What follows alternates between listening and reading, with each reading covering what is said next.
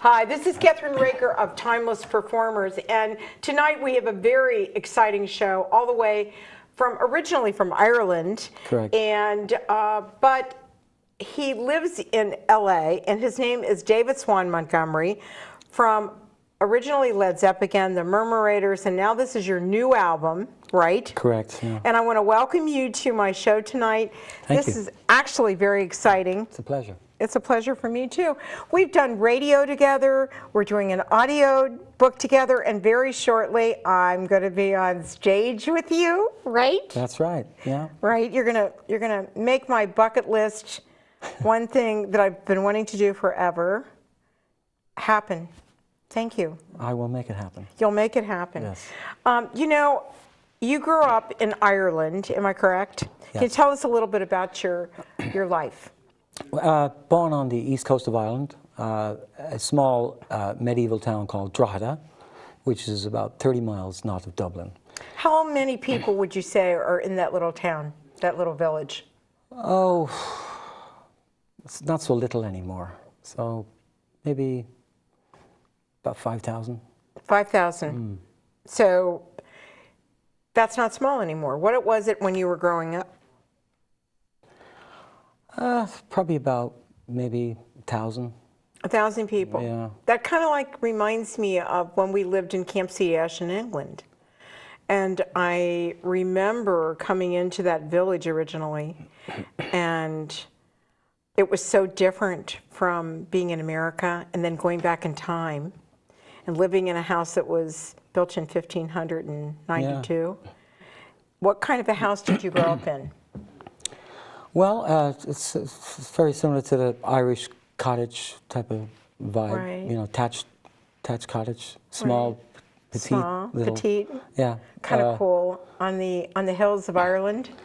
Not exactly on the hills of Ireland, but on the outskirts of Drogheda. Yeah. Okay. Yeah. Yeah. And tell me now, you didn't really think that you were going to be a singer, right? No, I was originally destined to be a soccer player. Soccer player? Yeah. My dad was semi-pro. Right. And he was grooming me for the soccer game. And tell me which team you wanted to aspire to be on. Chelsea. Chelsea. There's nobody else. Chelsea FC, yeah. What about Manchester United? No. No. Or Liverpool? No. Chelsea FC. Okay. So what happened? What happened to you then? Well, as like everything else, it's who you know. I was training hard and playing good games, right? But just couldn't get through to where I wanted to be because of managers and stuff like that. So I got disillusioned with it.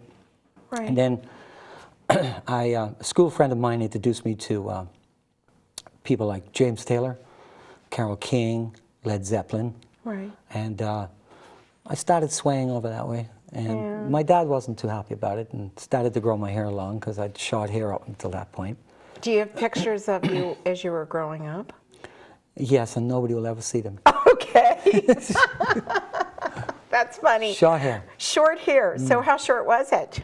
Like here? As short as... Short as you can be? Yeah. Okay. Because playing soccer, you know, just want So then all of this came? Do you have naturally curly hair? You must. Yeah. Okay, so then how did your dad feel about that? He wasn't too happy. You know, he kept trying to coax me back, but it was a lost cause then. As I said, I was disillusioned with the business. Right. And but I think he understood it. And then your mother wanted something very special for you. Well, my mother wanted to be a priest. Right. So yeah, she sent me to a Christian Brothers school. And how did that go? They're like half priests. What do you mean half priest? I don't quite understand that. Okay, explain that to me. Well, they're like teachers instead of priests, but they are ordained. But they're teachers. There's teachers. Yeah. Okay. And you know, back in Ireland in the day, they were pretty tough.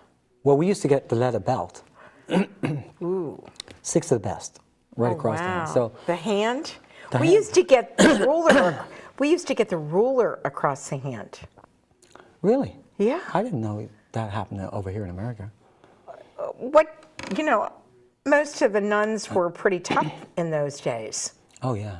Right. I'm a little bit older than you are, right? Do you need a little bit of water? Would you like some water? No, I'm okay. You're fine? Okay. You know, that was right in your 20s, right? Yeah. That you went into music. Correct. Right. And then... Accidentally, I accidentally became a lead singer, though. I wasn't a lead singer. What, you're a guitar player originally? I wanted to be a guitar player. So I went from soccer player to guitar player. Was, I thought, doing quite well. Right. Until one night, the lead singer of the band I was in got laryngitis. And the band said, "Can you sing instead? Because we've got commitments here." And I'm like, no, I hate singing. So, lo and behold, I took it up, and the rest is history. Well, that's pretty cool, because did you tell me on the radio show that we did that your sister was part of this too, and she was a year younger than you?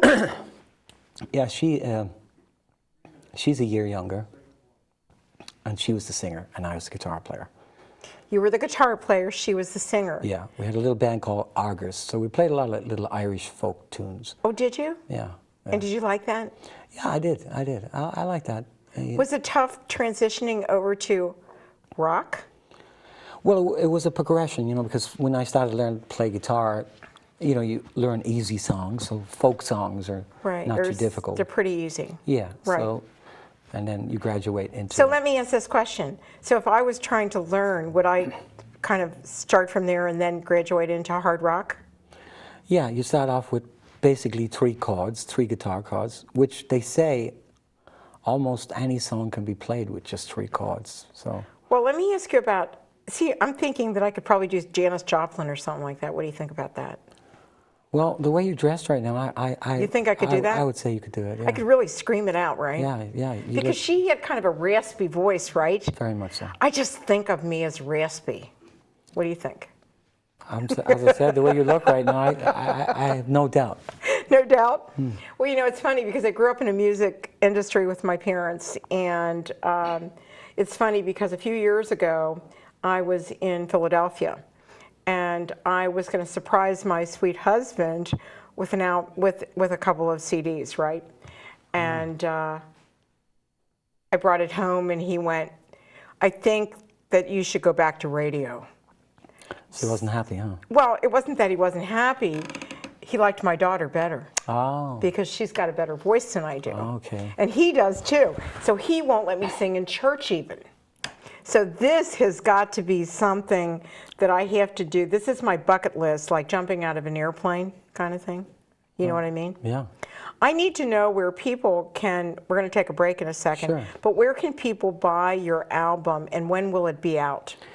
It's going to be up in iTunes probably in about 2 to 3 weeks. 2 or 3 weeks? The name of the album's Ogham, and it's under the name of David Swam Montgomery.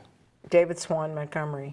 That's where a lot of things are under David Swam Montgomery. Correct. And on that note, we're going to take a short break, and we'll be right back on our Timeless Performer series with David Swam Montgomery and Kathryn Raaker. We'll be right back.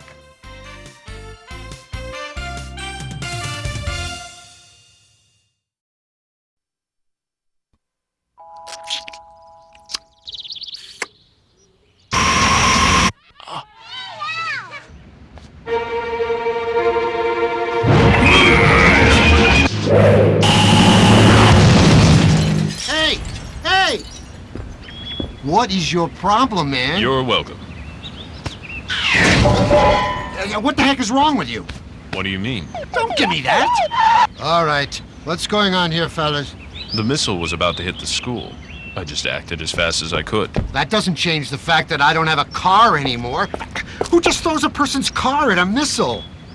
You're serious? Yeah, who's gonna pay for my car? I guess I could. Do you even have a real job? Yes. Do you have insurance? I saw the whole thing. Call me.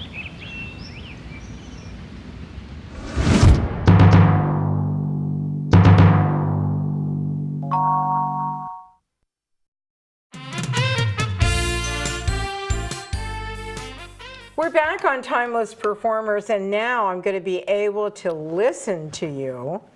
And you know, I've never been to one of your concerts before, and I want to be able to see you belt out this new album because it's so different from what you do with Led ZepAgain. Am I correct? Correct. Very, very different. Now, this is, what type of music is this? It's world music. It's basically what I do is I'm influenced by a lot of different cultures musically, from African music to Indian music to Celtic music. And what I do is I just sort of fuse it all together, mix it up, and it comes out. It comes out with this sort of vibe. Okay. And let me ask you, how long did it take you to actually create the album? About 2 years. 3 years? 2. 2 years. Yes. You did the music, but somebody else did the lyrics. Am I correct? Yes, I'm good at the musical part and the melodies and all that stuff, but I just don't think I'm a great lyricist. But I come up with the concepts. Okay. So I brought in a partner of mine called Bo Weinberg. Okay, so he's the lyricist? He's the lyricist, yeah. Okay. Yeah, he's excellent. Excellent. So he did all the lyrics and all the songs. And how many songs are on the album? 13. 13 songs on the album. 13 songs, yes. We're going to hear tonight 2 of those songs. Correct. Now let me ask you what the first song is that we're going to hear. The first song you're going to hear is a song called Eratos Wind. It's the first song on the album. Eratos Wind. Yes. And tell me a little bit about that for a minute before we go into it. Well, it's about the bringing of different cultures together. Okay. That's simple. That's simple? And is this your favorite on the album? Well, it's one of 3. One of 3. But it's up there. Okay. And it's very musical. And how long is it? It's about, roughly about 3 minutes. 3 minutes. Something like that. Okay, so we're going to go into the song. Well, what is it again? Eratos Wind. Eratos Wind. And now let's listen to Swan Montgomery.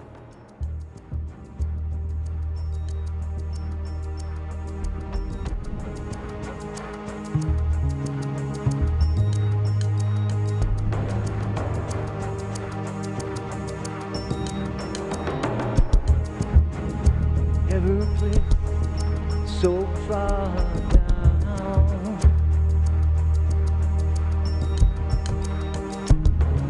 such a disgrace all around the ground,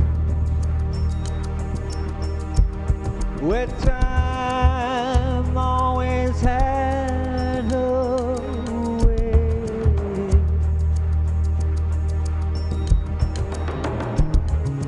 Left to the dark and destined to stay. The sky and its touch, it's all just too much to bear. We try and we try, but the demons are everywhere.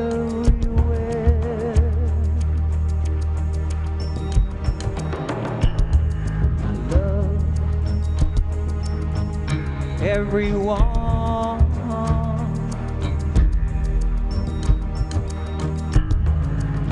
I am your invisible sun.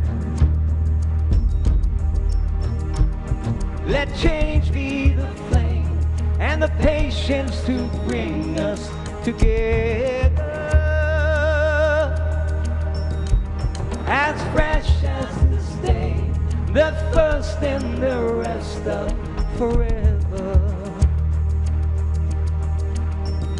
Eratos Wind, yeah, yeah, yeah, yeah, yo. The fire within,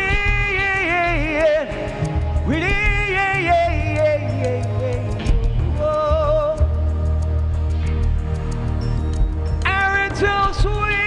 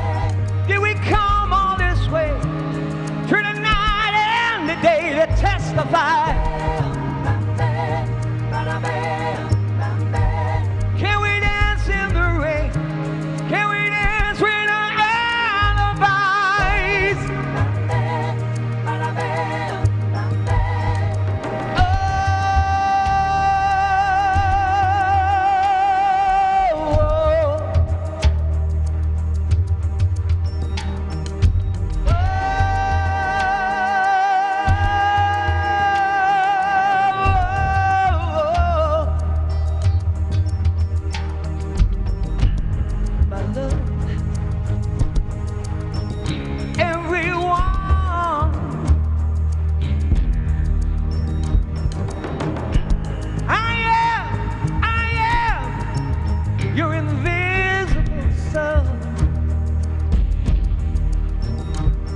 Let change be the flame and the patience to bring us together. As fresh as this day, the first in the rest of forever.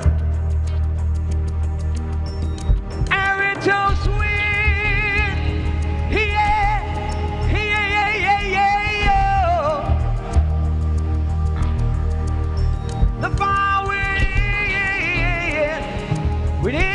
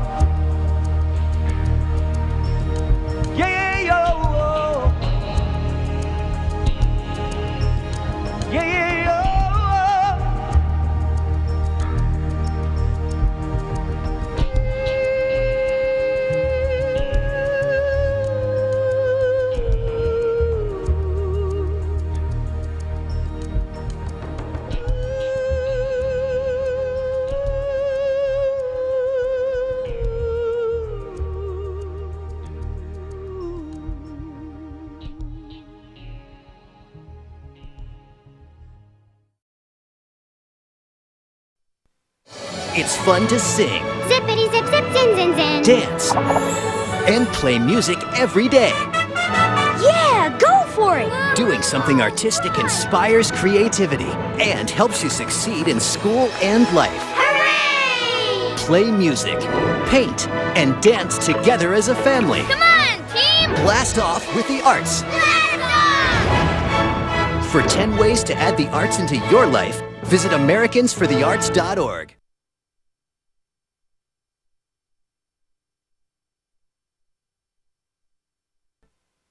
Oh, hey, Mark. Hey, Mark. Hey. Where have you been? I lost my cat. Oh, that's not right. Yeah, so I made this cat magnet to try and get him back. Cool. Does it work? Kinda. Nice. Yeah, but that's not my cat. Gotta keep working on it. See ya. See ya. Anything's possible. Keep thinking. Get started on your own inventions or just play some games at inventnow.org.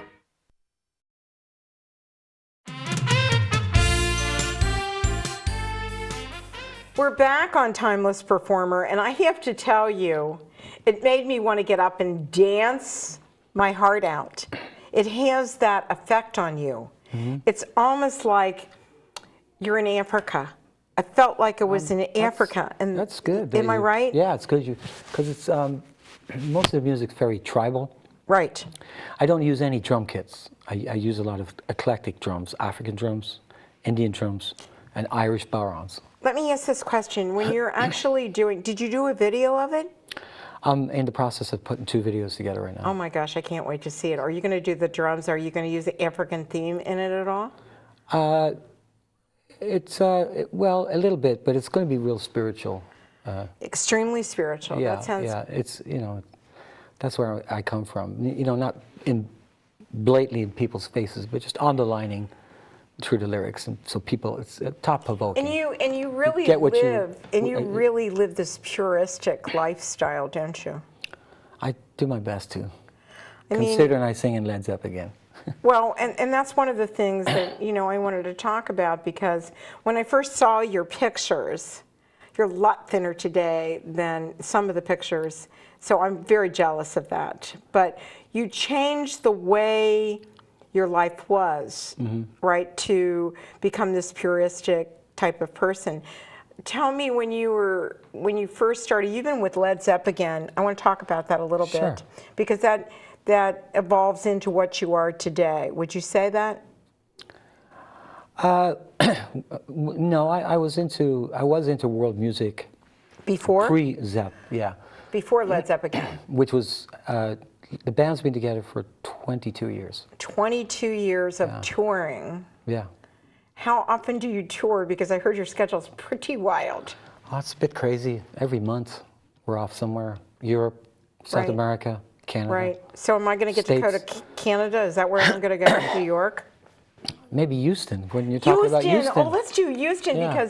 because we're doing an audiobook together, which is right. really exciting.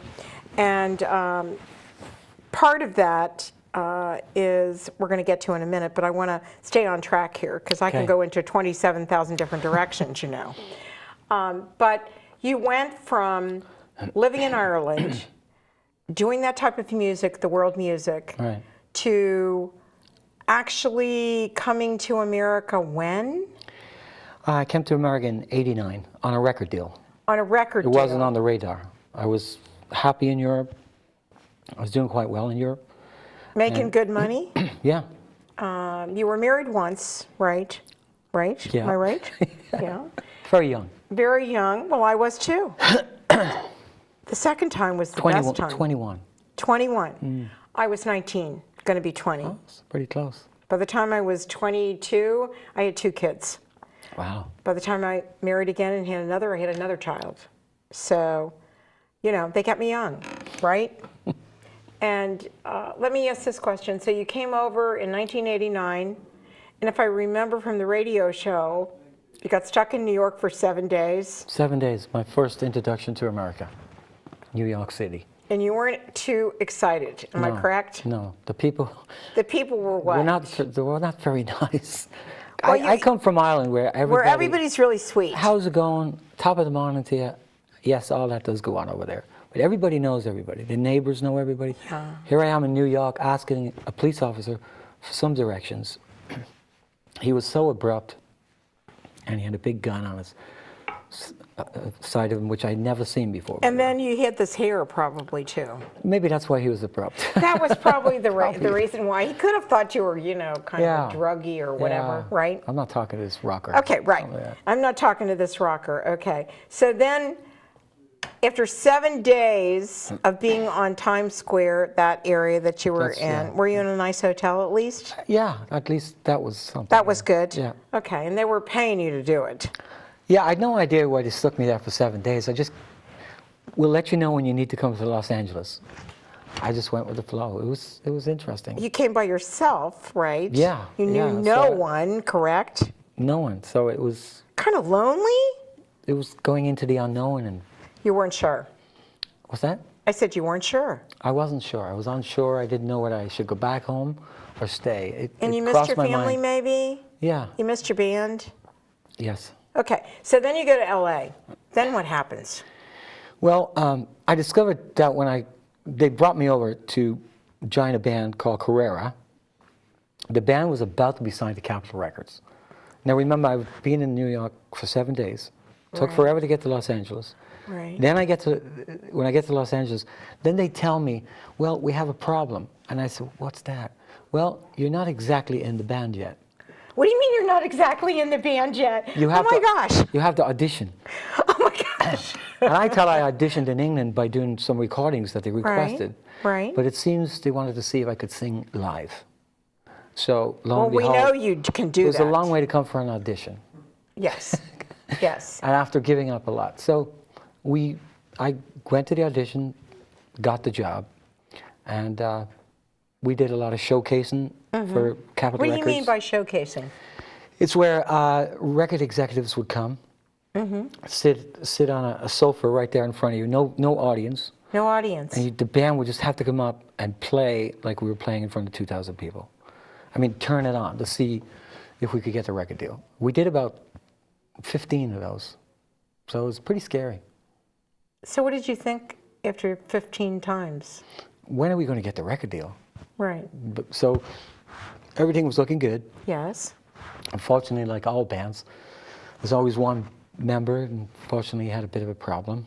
And the record company found out about it. And, you know, they were about to invest a lot of money, which I totally respect, into a band. You know, it takes a lot of money to break a band. And unfortunately, they got... disillusioned? It got cold, and they said, I don't think we're going to invest. And so everything just fell apart. So then what did you do? Well, I felt like Robinson Crusoe on an island, and I couldn't get off it because I was after coming over here illegally as a visitor. But they kept me here for over 6 months, and you're only allowed 6 months in the States. Wow. So I was stuck here, and I had to make the best of it. So So I couldn't go back. I decided to stay, and okay, I'm going to try and work this out. And I'm glad I did, because I learned did you get a green card then? Oh, yeah, yeah. I eventually got one. But at the time, right. You know, like a lot of Europeans, there was an awful lot of musicians coming from Europe over here, coming in under the 6 month stay here. I don't know if I should be talking about this, but they would marry an American girl and get the green card. Not in my case. Nah. But not in your case. No. So when did the person from Led Zeppelin who founded Led Zeppelin hear you? Well, when the whole record company fell apart, yes, they heard of me. I don't know how, but they said, "Listen, we got a Led Zeppelin tribute band." The band's originally from Ventura, and I'm used to singing original music, so I thought it was amusing that they wanted me to portray somebody else. And even though I was fascinated by Led Zeppelin and liked, of course, Robert Plant's voice, I said, "Wow, this is interesting." There was no tribute bands at all at that time, so it was one of the first. So basically, I tried it out. I found that actually they were paying you to perform Robert Plant. Right. So it was like sort of an acting gig. An acting and singing gig at the same time. That to me sounds exciting. So on that note, we have to take a short break. Let's give your Led Zeppelin group a little plug. Is that all right? Of course. Go ahead. Well, Led Zeppagin, based in Los Angeles. You can check out all their shows at ZepAgain.com, or just go to Facebook and put in Led Zeppagin. Okay. And your Facebook is? Swan Montgomery. Yeah. So we'll take a real short break, and we'll be right back on Timeless Performers.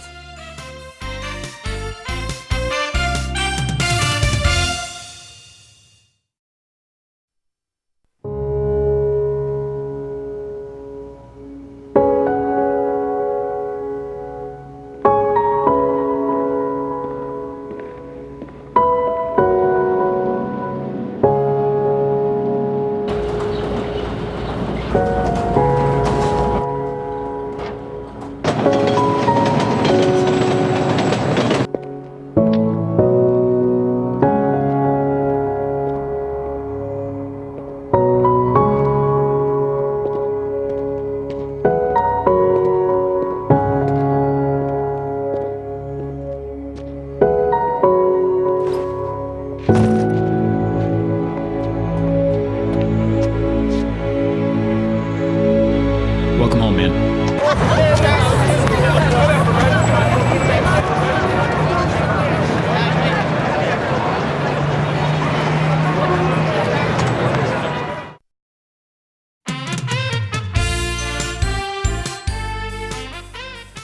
We're back on Timeless Performer with Swan Montgomery.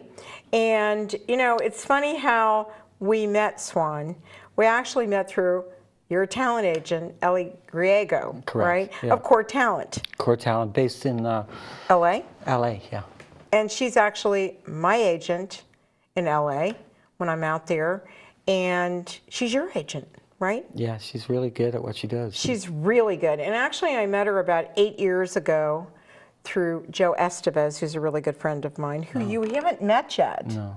Don't worry, I'll introduce you. Not a problem. Okay?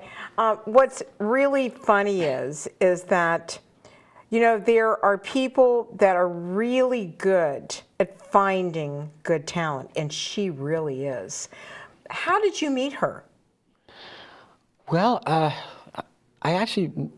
met Ellie about 15 years ago. You didn't know it, though. No, I didn't know it. I was performing Led Zeppelin in Laughlin, I think, and she was at the concert, and ended up talking to her afterwards for a brief moment, and that was it. And then And 15 then years later, she comes and talks to you and says, what? she contacted me through Facebook. Okay, that's a weird way to do it, isn't it, or not? No, because these days with the internet, everybody's looking up everybody else, so it was probably easy for her to find me, and especially since with Led Zepp again being all over the internet. Right. Were you shocked? Well, I didn't know who she was at the beginning. She told me who she was and talked about 15 years, and off the bat, I'm thinking, oh my God, who's this? Not one of What these is fans, this? right? Yeah, and Right, I didn't know who she was. But then, you know, she explained who she was, and that made sense to you. Totally made sense to me. So when you met her, actually, what did you think? Well, she asked me did I remember her, and it was an embarrassing moment. So I said no. So right. I felt yeah. I felt bad about that. Yeah, you know, yeah. Right. But people will call me up and will know my name, and I won't know their name. You know what I mean? And when you talk to people, or when you perform, but when I interview people on radio, unless they're really different, it's hard for me to remember every single person that I've ever interviewed. Yeah. Okay? Unless it's such a bad interview that I remember it, right? So anyhow, you know, we're going to do your second song, right? Tell me a little bit about that. Well, the song it was inspired by 9/11. Okay, Yeah, that's really important to me too. Yeah, yeah, it was inspired by 9/11, and you know, we literally a couple of days after, me and Bo went into the studio, and we just felt we had to do something and say something from our perspective. And this song called "Not to Be" is the song that evolved out of that. Right. Yeah. And that's absolutely beautiful. Thank so I think we should listen to it. I think that a lot of people it'll really mean a lot to them, because we really haven't forgotten 9/11. No. I was supposed to be there that day, up in the tower with my daughter. So it really meant, and I lived in Jersey, so a lot of my friends were there after, you know, the aftermath. So it means a lot to me too. So let's just listen, okay? Thank you.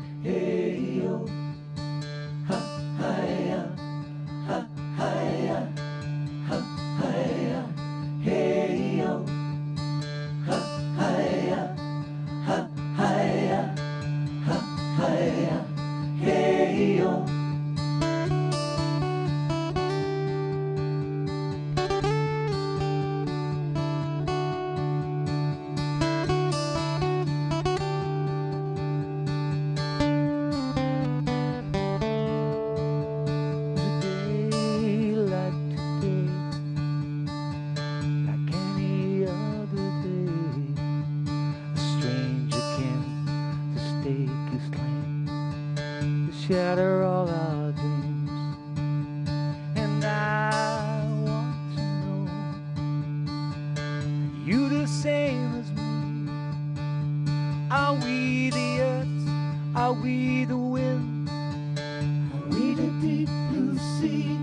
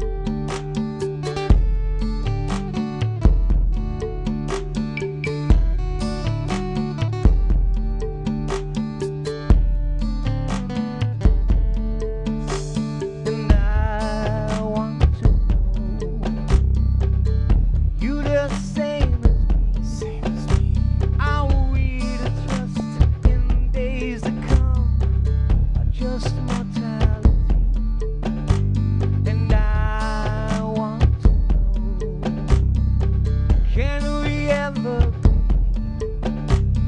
hand in hand, from land to land, and lost in harmony. Iana, Iana, how can we speak and not make a sound? Iana, Iana, how can we leave love and pieces on the ground? Iana, Iana, how can we speak and not make a sound? Iana, Iana, how can we leave love and pieces on the ground?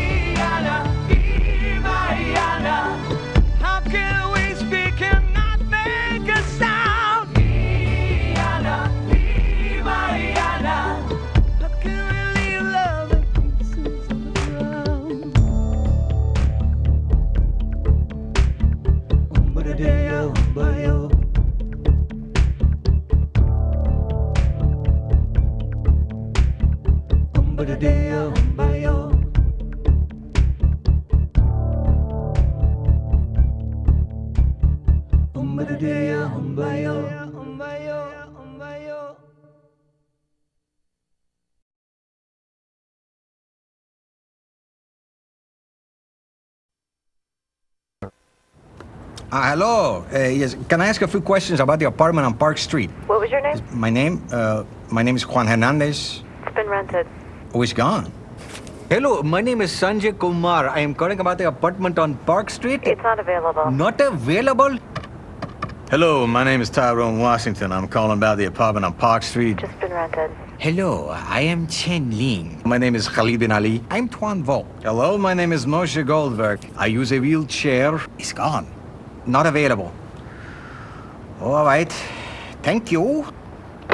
Yes, hello, my name is Graham Wellington. I'm calling about the apartment for rent on Park Street. Is that still available? Yes, it is. Oh, it is? Yes. Really? Housing discrimination is illegal. If you think you've been a victim because of your race, color, national origin, sex, religion, disability, or family status, call us. Fair housing. It's not an option. It's the law.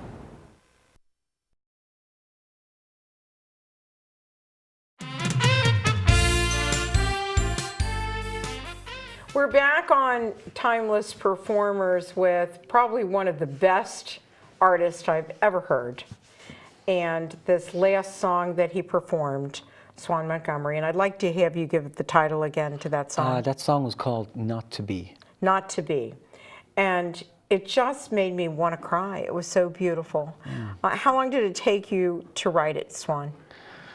It took about maybe 3.5 weeks to fully complete with, mixing and, Right. recording all the parts. Right. I remember just being in the studio myself and with my daughter when she was doing her album that she did in Philly, how long it takes. Yeah. People don't realize the hours that for sound and everything else, right? Well, I don't know if I should say this, but I think more people should support independent artists. There's a lot of brilliant artists out there, and it only costs 99 cents a song on YouTube. You don't have to buy the whole album. You can just go on, listen just to buy a song. and then people go and they will spend, $4 at Starbucks. Right. And that's gone forever, but you can have a 99-cent song, and you can have that. And I have to tell you that my dad's songs are up there too for 99 cents. All right. And it was so interesting to be able to hear my father's songs from years ago. It's great. Isn't that great? Yeah, it is. I mean, that makes you feel... It's in history. It's there. history, Yeah. right? Mm-hmm. So, yeah, I really think that we should. And I want to talk a little bit about what we're doing today, because I'm pretty excited about it. A very good friend of mine started a foundation. It's being formed as a 501c3 right now. And he is a veteran. And I was with the military for many years, married to my husband as a contractor, and actually served with the military. And my first husband was in the military, and my brothers were in the military. So, and I remember the Vietnam era, So to support our troops, especially overseas, was very important to me. And, that we're very proud of them. So when this gentleman, who is an author, his name is Dan Perkins, came up with this idea to give to the military, and to retired military and active service and people that are disabled, not only the ability to download from iTunes or from wherever these beautiful music or audiobooks. Right. And he's one of my clients, and I came up with the idea of the audiobook, so it all kind of came together at one time. So I started calling my friends and started talking to all my friends that are musicians and authors, and I called one of my friends, Jerry Blumenthal, and I said, I really think you should do an audiobook, and I'm very persuasive. And I was kind of selfish about it because I wanted to read it. Right. And so then I called you, and I said, we just have a little bit of money. And I said, we're going to do this. And I said, I hope I can get you other deals. That was the deal, right? Yeah. And you so generously did this for me. And what did you do different that nobody else has done before? Well, I listened to the narration that you did on all the chapters, and obviously read the book. So I wanted to get a sense of, the vibe of what was happening, and how the story progressed. So we came up with the idea of putting music before each chapter and at the tail end of each chapter to set up. Right, but it was different in the sense that it wasn't the same music. It's different music throughout the whole book. It changes, again, depending on what's happening and your voice. Right, and the name of the book is called The Monkey Trial, Judgment Day by Gerald Blumenthal. And part of it's true. The first part of it's true, and then the mystery part of it's the story, the fiction part. Right. So it's only 124 pages, 35 chapters, right? Right. And I'll never forget beginning this book. We had all these little noises. We had to go out and buy all this new equipment. And we sent it to you 2 or 3 times, and you gave us some really good ideas. And I had just done another audio book prior to that. So this was a good experience because it was me doing the book and with your music. And I had tears in my eyes, absolutely tears in my eyes, because Jerry's daughter passed away from cancer Yeah. during the period of time that he was writing this book. So he really rushed the book to finish it, and she died on Christmas Day. And Jerry's Jewish, but Christmas means a lot to him. And she had a butterfly on the outside of this tree because she loved butterflies. And when she passed away, the butterfly was really secured to the tree. The day she died, that butterfly fell. Oh. So I always think of her in butterflies. And it was funny because you were out in Phoenix, right? Performing. Yes. And so I went to a butterfly exhibit, and I have these gorgeous butterflies that I want to do something with for this piece. And I kind of think of that when I think about this book, and I think about her. And he's from South Africa, of course. South African, yeah.